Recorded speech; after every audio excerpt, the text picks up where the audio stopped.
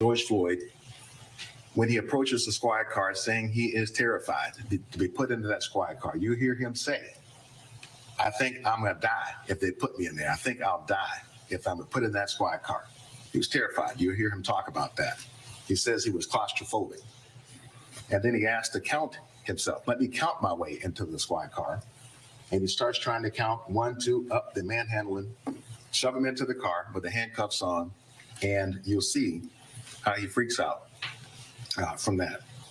You hear him saying, I can't breathe in the back of the squad car, and we will show you in the back of the squad car where Mr. Chauvin at one point had his hands around Mr. Floyd's neck in the squad car, and another, his arm and elbow around his neck with Mr. Floyd's head here when they were pulling him out of the squad car, putting him on the ground in the prone position, and when the 9 minutes and 29 seconds begins.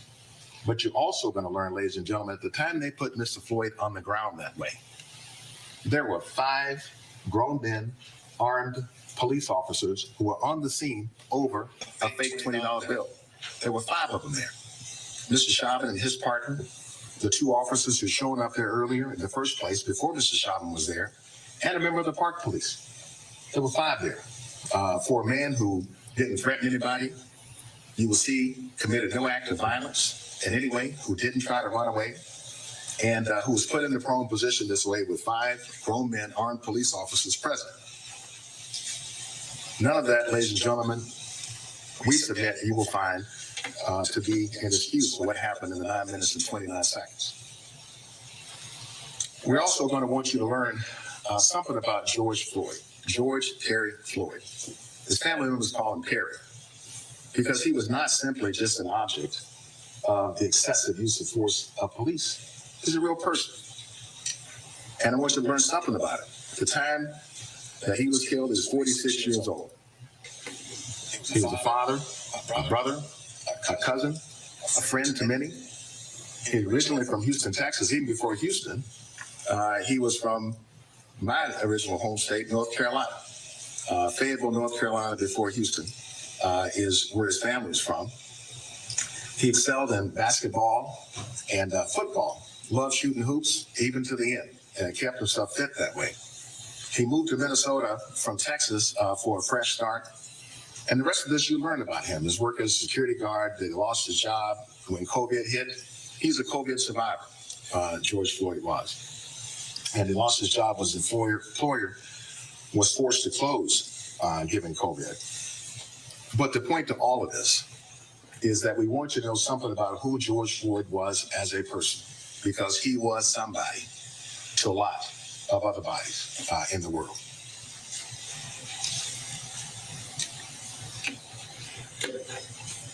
So, ladies and gentlemen, I'm going to sit down in a moment this morning. We're going to show you through the evidence that there was no excuse for the police abuse of Mr. Chauvin. We're going to ask at the end of this case that you find Mr. Chauvin guilty for his excessive use of force against George Floyd that was an assault that contributed to taking his life, and for engaging in eminently dangerous behavior, putting a knee on the neck, the knee on the back for 9 minutes and 29 seconds without regard for Mr. Floyd's life. We're going to ask that you find him guilty of murder in the 2nd degree, murder in the 3rd degree, and 2nd degree manslaughter. Thank you.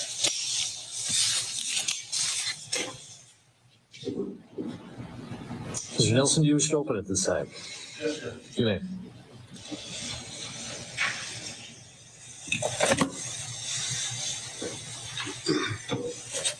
You have heard the opening statements of Jerry Blackwell. Counsel, This is Eric Nelson, the defense attorney for Derek Chauvin. a reasonable doubt is a doubt that is based upon reason and common sense. At the end of this case, we're going to spend a lot of time talking about doubt.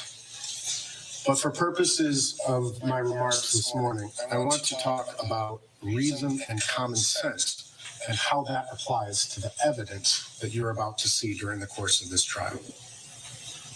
Reason is an idea that wholly permeates our law, our legal system, and it forms the foundation. And you will see and hear that repeatedly throughout the course of this trial. What would a reasonable police officer do? What is a reasonable use of force? What would a reasonable person do in his or her most important affairs? What is a reasonable doubt?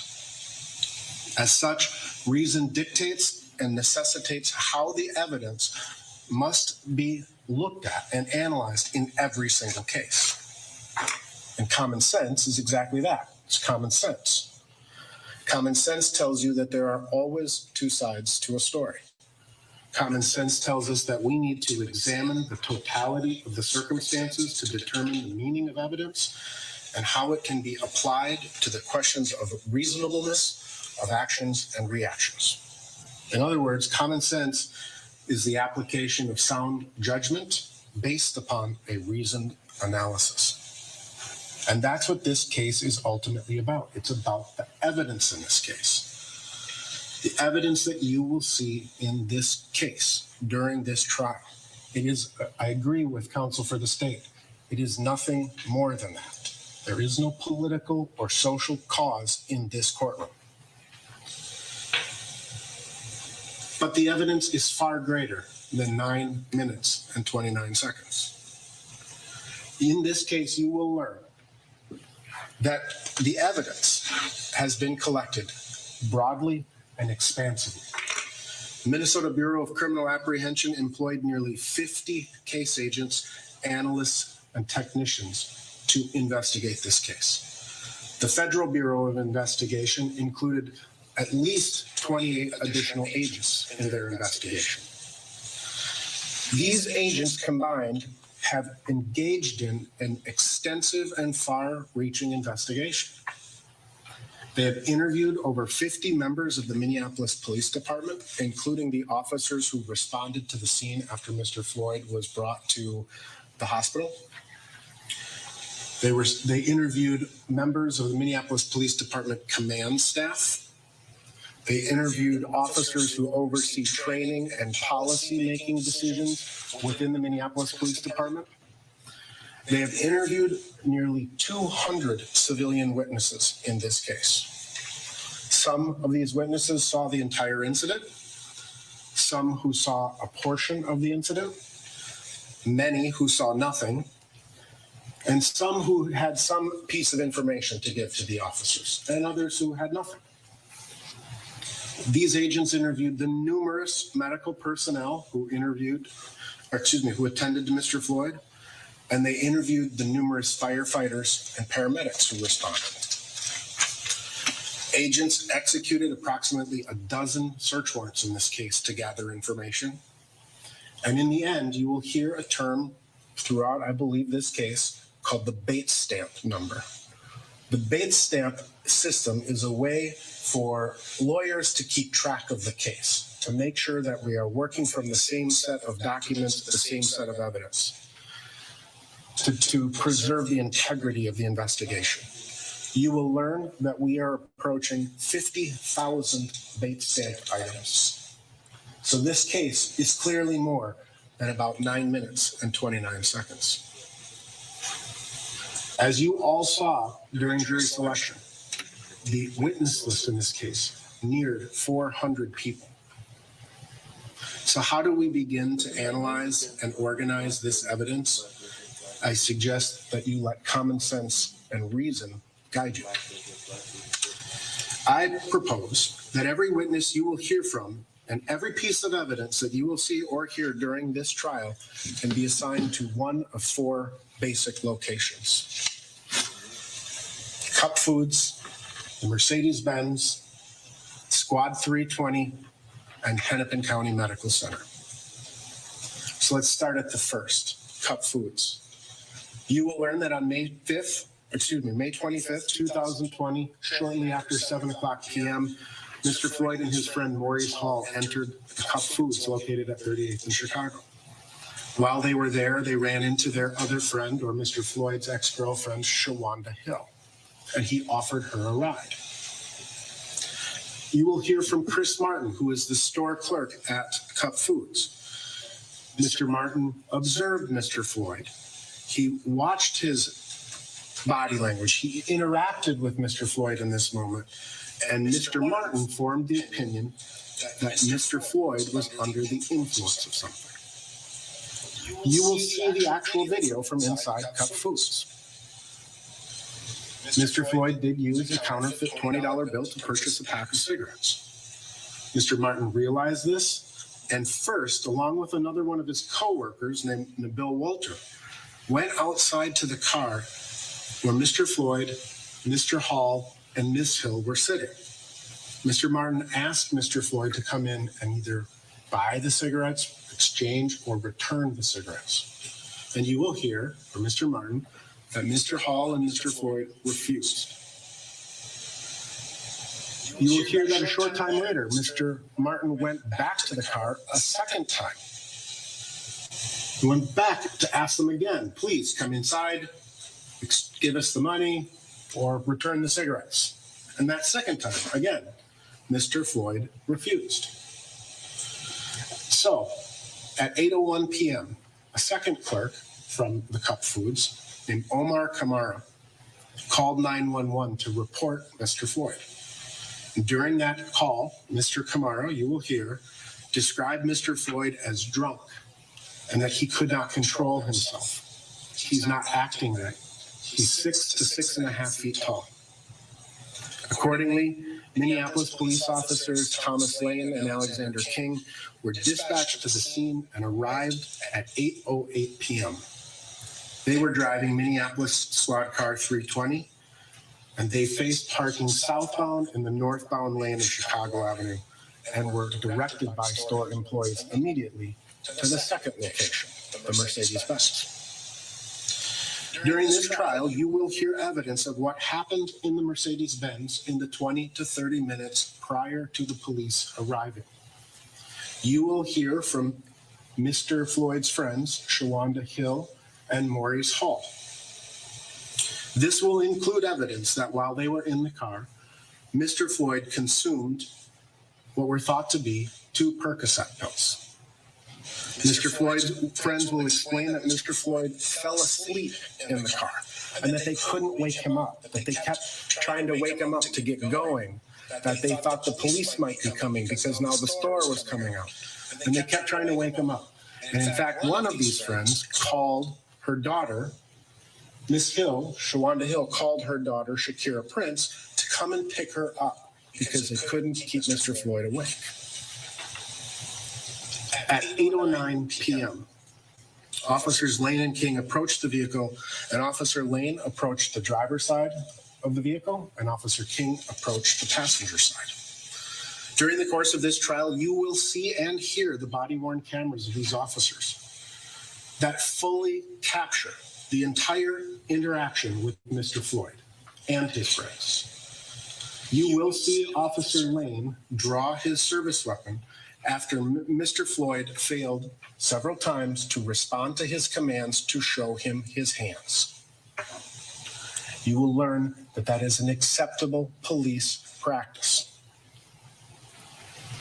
You will see the officers struggle with Mr. Floyd to get him out of the Mercedes-Benz and handcuffed. And you will see and hear everything that these officers and Mr. Floyd say to each other.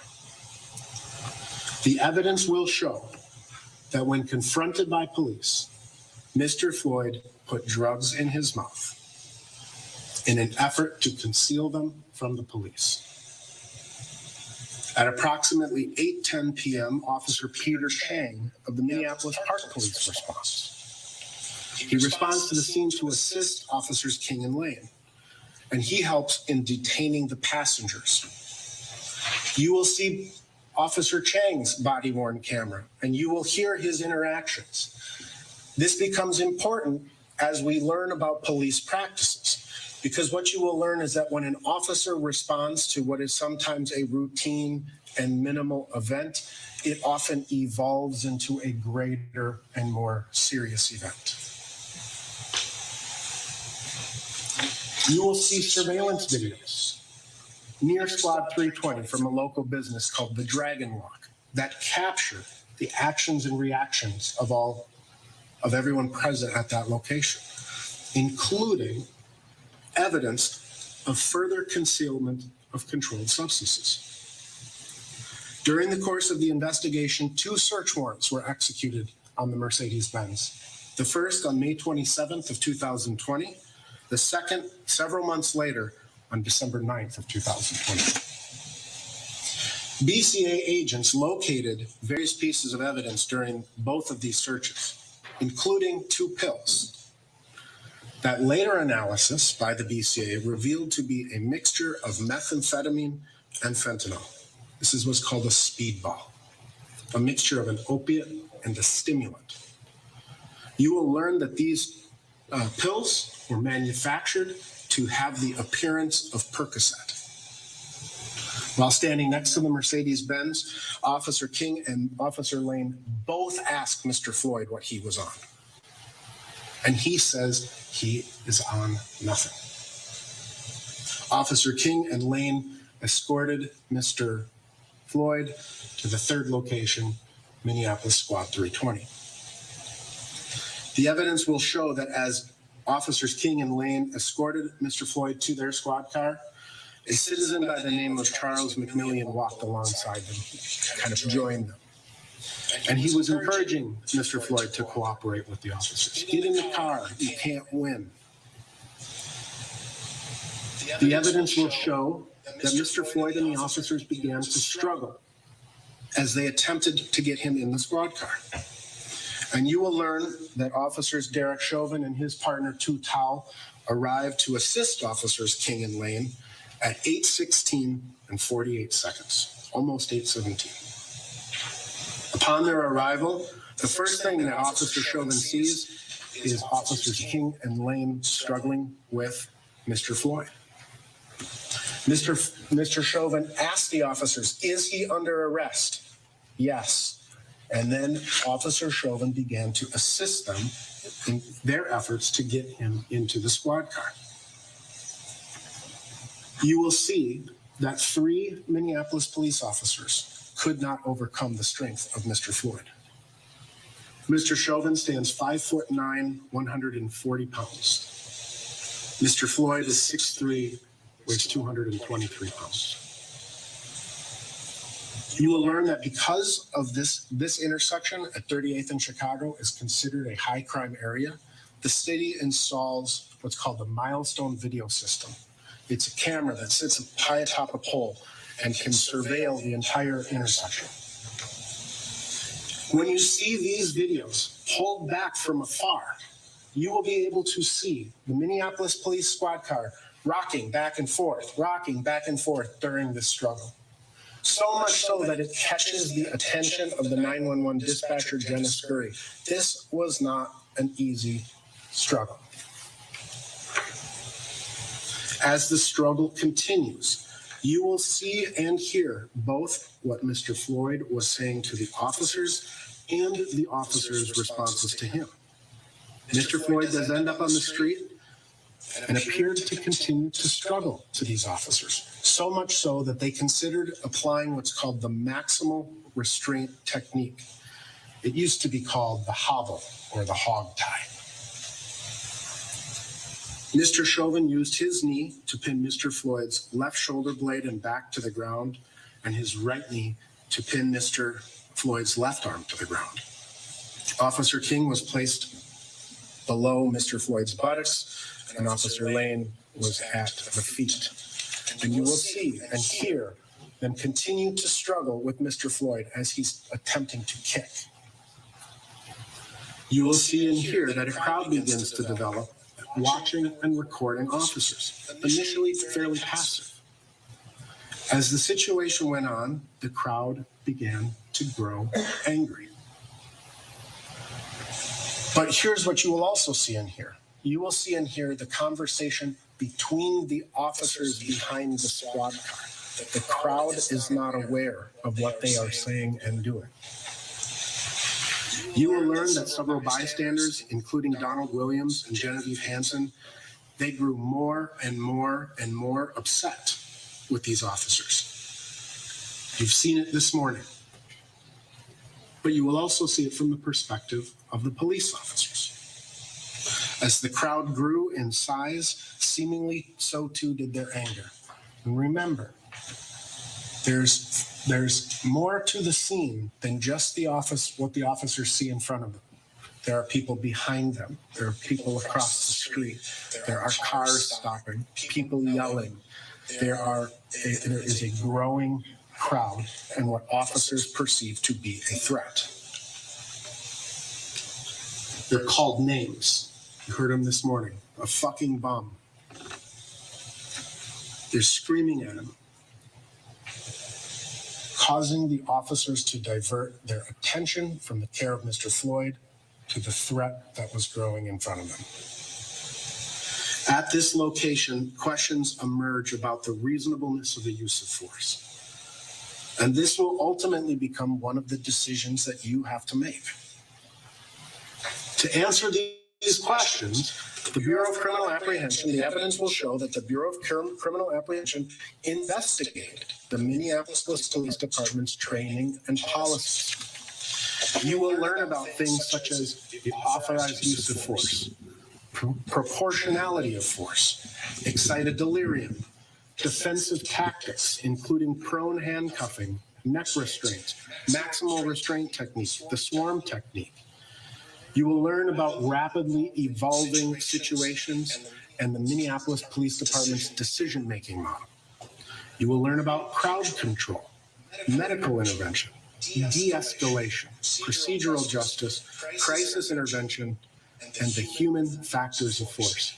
That is, what happens to a police officer or any person when they are involved in a high-stress use of force situation.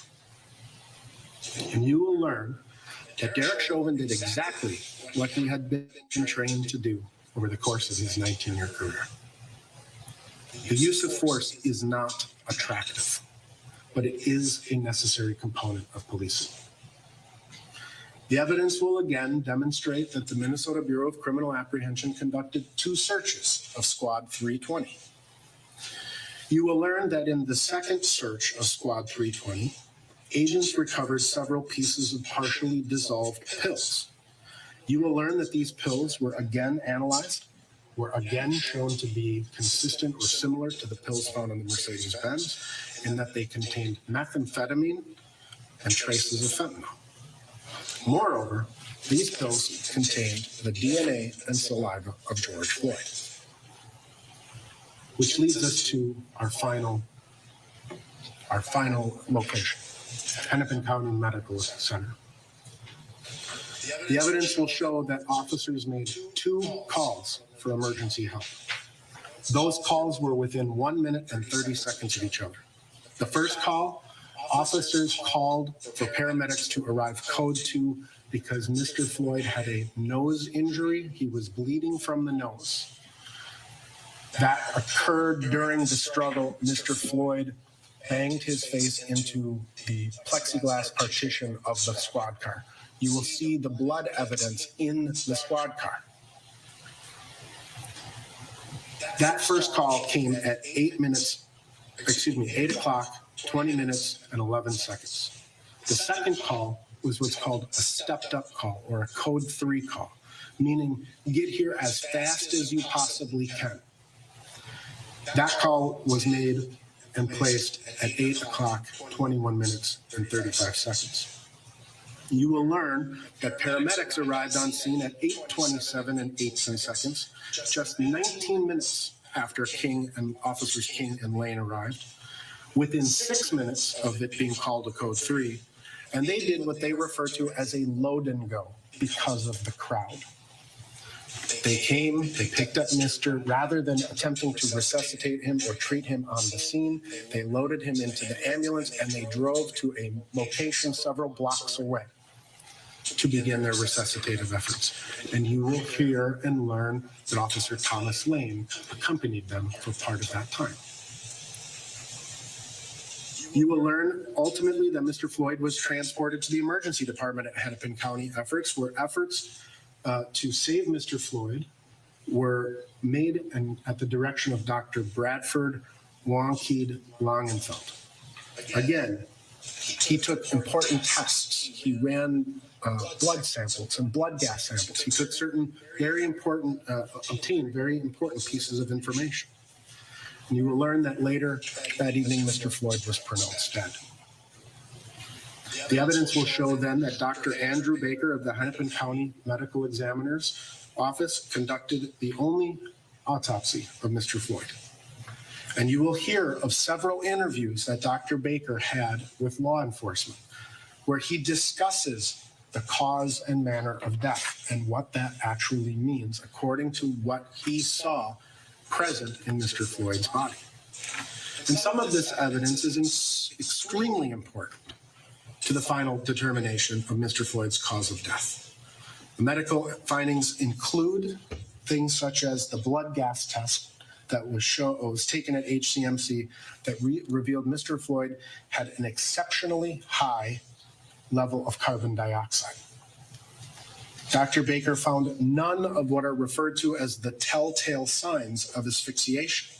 There were no bruises to Mr. Floyd's neck, either on his skin or after peeling his skin back to the muscles beneath.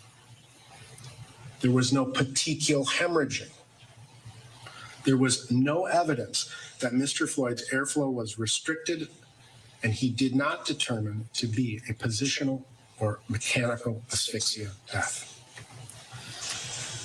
At the time Mr. Floyd was in the hospital, a femoral blood draw was taken. That blood draw was analyzed by a lab. The results of Mr. Floyd's toxicology screen revealed the presence of fentanyl and methamphetamine, among other things. And it will be important to know the difference between fentanyl and methamphetamine. The autopsy revealed many other issues, including coronary disease, a large part, what's called a paraganglioma, which is a tumor that secretes adrenaline, swelling or edema of the lungs. And the state was not satisfied with Dr. Baker's work. And so they have contracted with numerous physicians to contradict Dr. Baker's findings. And this will ultimately be another significant battle in this trial. What was Mr. Floyd's actual cause of death? The evidence will show that Mr. Floyd died of a cardiac arrhythmia that occurred as a result of hypertension, coronary disease, the ingestion of methamphetamine and fentanyl, and the adrenaline flowing through his body, all of which acted to further compromise an already compromised heart. At the conclusion of this evidence, you will be instructed as to the law, the elements of the offense, and the court will give you detailed instructions on what you must find to convict Mr. Chauvin of these charges. But when you review the actual evidence, and when you hear the law and apply reason and common sense, there will only be one just verdict, and that is to find Mr. Chauvin not guilty. Members of the jury, we're going to take our morning And there you have this it, time. Eric Nelson, Derek Chauvin's lead attorney, 15. with I want his you to opening keep in mind statement. that these but if bathroom needs and other needs are important, we can expand it a little bit. So I don't want you to be nervous about making sure all of your personal business is done within the 20 minutes. But keep in mind, the 20 minutes is what we'll try and stick to for our morning and afternoon breaks. And so now, Deputy will take you back to the other courtroom. We're in recess until 11:15. And Peter Cahill, the presiding judge in this case, Hennepin County, telling jurors they will take their first 20-minute break, telling them not to worry about their belongings. They're going to be taken to another courtroom. As you know, it's a very secure building, given the tension surrounding this case, the 18th floor where this trial is playing out. And the most important thing, obviously, that we've witnessed this morning are these sort of split screen, if you will, of these opening statements. We first heard from Jerry Blackwell with the prosecution, and it did not take long before we saw that image, not only seen here in this country, but around the world, of Officer Chauvin with his knee to George Floyd's neck. He talked about the application, the use of force.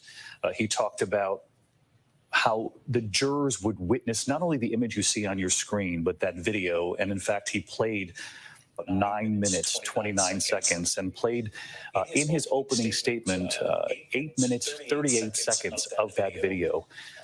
and it was no easier reporting on it some 10 months ago. He said jurors over the course of this trial will notice that from George Floyd, his words grew further apart. His breathing grew shallower. He said, "I can't breathe." And as Jerry Blackwell said on the prosecution, he said it 27 times. You could see Derek Chauvin taking notes a number of times during this opening statement. He said you're going to hear from bystanders, and he talked about use of force extensively. He said it should be consistent with training, that maybe what's reasonable in the first moment won't be reasonable in the next moment. He said you will hear about training involving CPR, that Derek Chauvin knew and was repeatedly trained on CPR, and will ultimately ask, did he sense that when we no longer heard anything from George Floyd, if that would be something that he should do. He said this is not about all police or about policing. This is from Jerry Blackwell, the prosecutor in this case. He said police officers have awful jobs, that they have to make split-second decisions. But then he went on to say this was not a split-second decision. They played again 8 minutes, 38 seconds. You could hear the bystanders asking that George Floyd's pulse be taken repeatedly. And you could see Derek Chauvin with the knee to the neck the entire time. He went into the medical part of this case that's expected to be a crucial part of the defense, knocking down what was expected to, that they would hear from the defense. And we did hear that a short time later from the defense team. Eric Nelson, when asked, do you want to present your opening statement? Presumably they could have taken a break then. He said yes. Suggesting that he wanted to get right to it to counter what we had heard from the prosecution. He started out by talking about reasonable doubt, common sense. He talked about the number of FBI agents brought in to continue the investigation in this case. He said that what happened at that intersection, once the facts are laid out, that you were to use common sense in deciding what was the cause of death. He talked about the officer size, Derek Chauvin comparing him to George Floyd. He talked about authorized use of force and rapidly escalating and evolving situations. And he said use of force is not attractive, but necessary, according to Eric Nelson, the defense attorney for George Floyd. I want to bring in Lindsay Davis, again, who's going to be watching this trial right here with me every step of the way. And first, I want to start. It's crazy, yo. Going back to the prosecution, because we know Jerry Blackwell was up first. And you and I both looked at each other. Often what we try to do in covering these trials, I want to know what people think about this trial. Will this trial go the same ways that a lot of trials have gone in past and previous history? Do you think that the officer will be acquitted of all charges? Do you feel that he'll go to jail? Leave a comment. Let me know what y'all thinking. This is always for y'all review. Interesting is the prosecutor kept kind of like a rhyme scheme, as if he was really trying to get it implanted in the mind of those jurors. He kept talking about he didn't let up and he didn't get up. He said that multiple times, maybe as many as a dozen times there. And he made this about the 9 minutes and 29 seconds. As you said, he really tried to emphasize that this was not a split-second decision, that it was 9 minutes and 29 seconds. And then in contrast, you had the defense attorney who said the evidence is far greater than 9 minutes and 29 seconds. And he's really trying to make it about what. I'll be covering more about this. You know, I'm going to be most definitely following this case. So if you want to know more on this case, you most definitely could follow the post on Facebook and subscribe to the channel, Oda Block, on YouTube now. Salute to everybody that's been subscribing to the channel.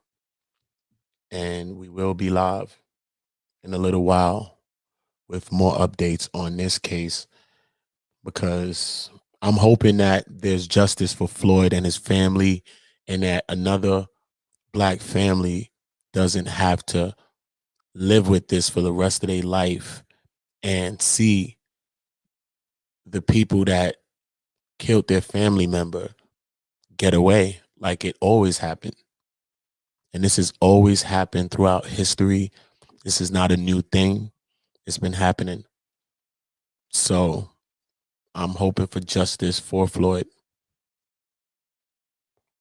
So just leave a comment. Let me know what y'all think about the situation. If y'all think the officer used excessive force or not. Some people may believe, like his defense just said, you know, they feel that what he was doing to George Floyd with the knee on his neck and different things of that nature. They also talked about him getting physical with George Floyd while he was in the car.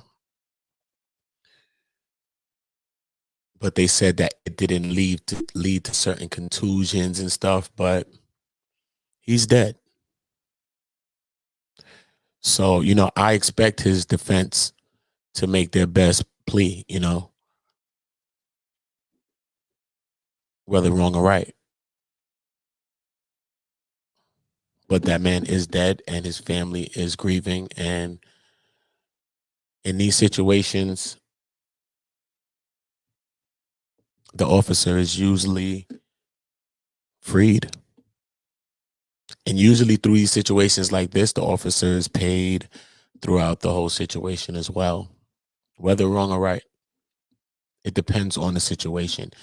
He'd had to do something that they deem as wrong, maybe within their system, maybe. So it's just a crazy case, man. It's just most definitely a crazy case. I'm going to be updating some more on this, man. I'm going to go a little bit further into the stream and see what's going on with the case. Let me see. All right, let's go here. Dispatch and the responders. And sometimes we do have cameras available to us, but they can be up simply for the fact to know what time of the day. Subscribe to the channel, Uda Block Now on YouTube. Subscribe to the channel. Turn the notification bells on so you're notified when we drop new content. What questions to ask our callers depending on the day or what it looks like, but we do have cameras available to us if needed. So explain where these cameras are. What do you mean there are cameras? As far as I know, they are around the city. I don't specifically know where each one of them is, but they are. Do you think that he'll be found innocent? Leave a comment. Let me know what y'all think. Not specifically the dispatchers, but they are cameras that are available for usually camera operators, which are some police officers that operate cameras to use, and then we can use them as well. So how do you see them? When you're working as a dispatcher, how do you see the video from those cameras? Just like the TVs in this room, they're on the wall for us to use. There are approximately 6 TVs. And so it's a way for you to see what's going on out in the streets. Correct. And how often in your job do you think you look up at those and see what's going on? It depends. Depends on how busy we are. Sometimes we are going from call to call to call, and you start at 5 o'clock and somehow it's already 9 o'clock in the afternoon, and you don't know how you got there. Sometimes we can look up and see what it's like outside, and you can watch the people walking by. It all depends on the day. So, in communicating with police officers who are out working, there are different ways that you can actually communicate with them and talk to them. Correct. What are the different ways that you can do that? First, we use our radio. That is our formal way of communication with giving out calls and information. We also have our CAD system, and that is the computer system that allows us to take the calls from 911 operators. They come over to us at dispatch, and then when we dispatch the call, we're also giving that same call to the officers or the firefighters to their computers so that they have the same information that we're giving out. Through that, we also have what would seem as an email system, and we can use that to send messages to if needed. Make phone calls to officers. We can. And so you may have sort of already answered my question, but just to be clear about it, tell us the typical process when a citizen makes a 911 call, how that comes through the call center and becomes a call to police officers for assistance. So everything is, the first question we ask is, what is the address of the emergency? It's the most important thing so that we can send help right away if needed, but it also allows the calls to be coded to the correct dispatcher. We have 3 dispatchers working all at the same time, and they're in charge of different precincts. My channel, which was channel 1, is precinct 3 and 2, and the other channels involved have different precincts. So the address allows us to give it to different dispatchers so they can disseminate that information. So a call goes to a call taker. Mm-hmm. They give information to you to do the dispatch of. Correct. And so were you working on May 25th of last year? I was. What was your shift? Do you remember that day? My shift was a middle shift. I started at 14:30, which is 2:30 in the afternoon, and I worked until midnight 30, which is 12:30 at night. And I think you told us your responsibility then was which areas of Minneapolis. Channel 1, which would be precinct 2 and precinct 3. So then the other channels have the other precincts. Correct. And so what was your assignments? What were your job duties on May 25th of 2020? As a police dispatcher, it was to take the calls that came in from 911 and to dispatch them to the police officers. And incidentally, I think I forgot to ask you, is there always a sergeant on duty when you're serving as a dispatcher? A sergeant on duty out in the streets in each precinct? Yes. How many sergeants are there generally on? It depends on their shift. Minimal of 1. And as part of your duties, do you often have contact with those sergeants about calls and other matters? Yes. Now, on that date, May 25, 2020, did you dispatch a call to officers to a location known as Cup Foods? Yes. And did you receive that 911 call? I did not. And did you dispatched a call about that? Correct. Are you familiar with that location, Cup Foods? Yes. And what, do you know the intersection where that's located? 38th in Chicago. And is that in the city of Minneapolis? Yes. You know what county that